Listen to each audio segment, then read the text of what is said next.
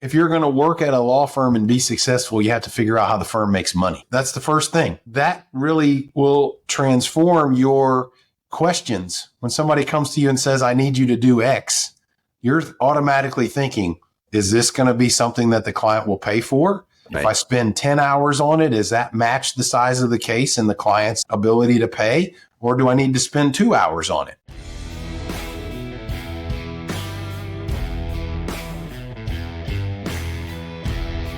This is Unlawful. Welcome to Unlawful. As always, I'm Brandon Renken, and with me today is Ben Westcott. Ben Westcott is a partner, actually a co-managing partner of Andrew Meyers in Houston. How are you doing this morning, Ben? I'm doing well. I want to talk about you and I want to ask you about you. But first of all, I want to give the audience some impression about how we came to know each other, because it's actually been through a series of different things. You know, it's funny because I was trying to think of a way to describe you.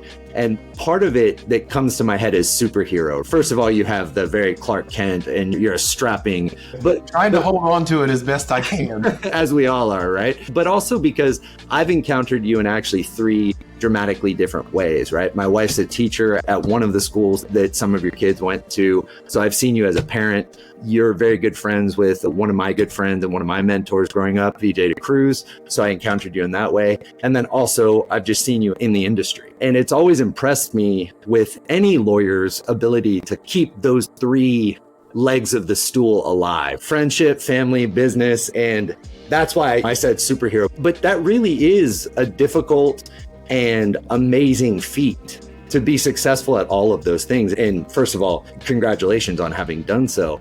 But I want to ask you, how'd you get there? Yeah, so I grew up in a sports family, always very driven, regimented, season to season. And so when you got ready to train for baseball season, you had a plan for what you were going to do to make sure that your arm had enough endurance to throw pitches. Or if you were getting ready for football season, you had to get used to the heat, right? You had to be ready to go out there and exert yourself at a high level. August two-a-days, right? That's right. And so I really went about my education and law school and finding a job the same way. A lot of regimented planning. This is a funny story. My mom has a paper that I wrote in either the third or the fourth grade that said I wanted to be a college basketball player and a corporate lawyer. Nice. So I missed the sport by a little bit. Yeah. Football instead of basketball. I missed the lawyer job a little bit, litigator versus corporate lawyer, but it's been in my head for a long time. To be clear, I'm very much the same way. Sometime in elementary school, I said, I want to play soccer in college and I want to go to Harvard undergrad and I want to be a lawyer. And then I just went straight there. And I think there are some really great things about that. But then there's also like a lack of wander and a lack of meandering that I get curious about. Yeah, and as I was thinking about what we would talk about today, that was one of the issues that kept coming back to my mind. I had a business coach because I was feeling some of that. Yeah. Am I really getting everything out of my job that I should be getting out of it?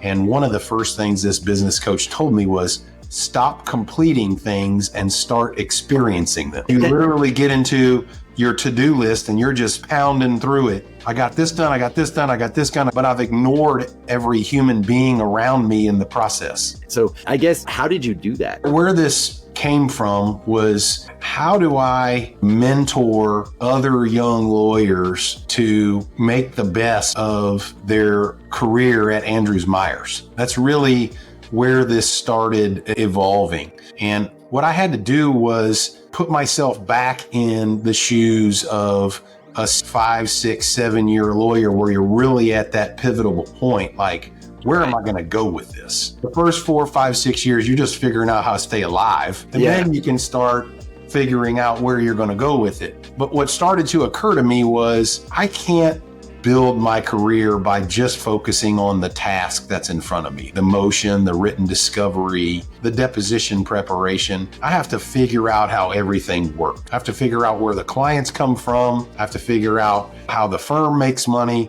I have to start looking beyond my desk and my assignment. And so the way this transformed was, when you're assigned a task, you have to think about, are you improving yourself? or are you staying still, or are you getting worse?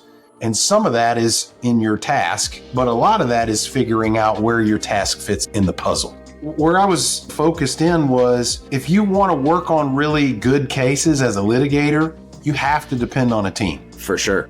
So if you want to work on something that only requires one lawyer and no paralegals, and you can do it all by yourself, that's going to be limiting for the types of cases you can take. Yeah. You know, I'm a construction lawyer, so most of our cases are construction cases, and they require lots of people. Yeah. And the only way you get on the best team is by proving yourself to be a good team member, because you're not going to get picked. Yeah, I agree. And it is funny to think back to the playground, right? When you finally have the realization, the last picked isn't always the worst player. It may be the worst team member. And we confront that all the time. And there are all kinds of polemics about that. There's a Draymond Green polemic, or for a while there's a Kyrie Irving polemic, although he's living past that now. Back in our day, Dennis Rodman was a big, right. And I don't know why I'm jumping to all basketball, but those are just the ones that came to mind. But yeah, it is an interesting thing to think about. And we confront it as lawyers all the time because we have this rainmaker concept, right? And sometimes the best salespeople aren't the best managers, and they're not the best team players. You mentioned you spend the first 5-6 years figuring out how to just be competent, right? And how to survive. Right. And then the moment that you're talking about, that 6th through 8th year, they're like, oh, and by the way, you also have to mentor and manage and be a salesperson. Right. Right. And it's like, well, wait, what? I've been doing, 2,400 hours of the other thing for the last generation of my life. Right. Yep. I'm curious. You mentioned that it became a big, important part of your life at Andrew Meyers to figure out how to help younger lawyers, or even just lawyers who are at that point in their career, whether they're younger or not. How have you learned to do that? What would be a piece of advice you give them to bridge that gap? First, I want to say it's a super challenging conversation to have with anybody. For sure. If you're going to work at a law firm and be successful, you have to figure out how the firm makes money. That's the first thing. Yeah. And that really will transform your questions. When somebody comes to you and says, I need you to do X, you're automatically thinking, is this going to be something that the client will pay for? Right. If I spend 10 hours on it, does that match the size of the case and the client's ability to pay? Or do I need to spend 2 hours on it?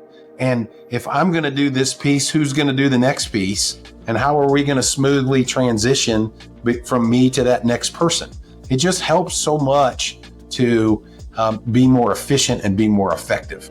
As I've become more mature in my career, I've recognized that for sure there's an aspect of the capitalism, of the business, right, that isn't crass. You don't have to be either a harsh, monetary, pure business person. You don't have to be a purely bleeding heart cultural person, but you have to understand both monetary and non-monetary shows of value. And if your culture is not in sync with your financial model, neither one of them is going to work. We can have all the culture in the world and no clients, and then we have nothing to do. 100%. And it allows you having an understanding of the mechanics and the function and how we keep the lights on, or how any business keeps the lights on, allows you to start to develop the non-monetary demonstrations. And then tying that into understanding who your client is and what their needs are and what their ability to pay is and what value you bring to them. Piecing together all of that into,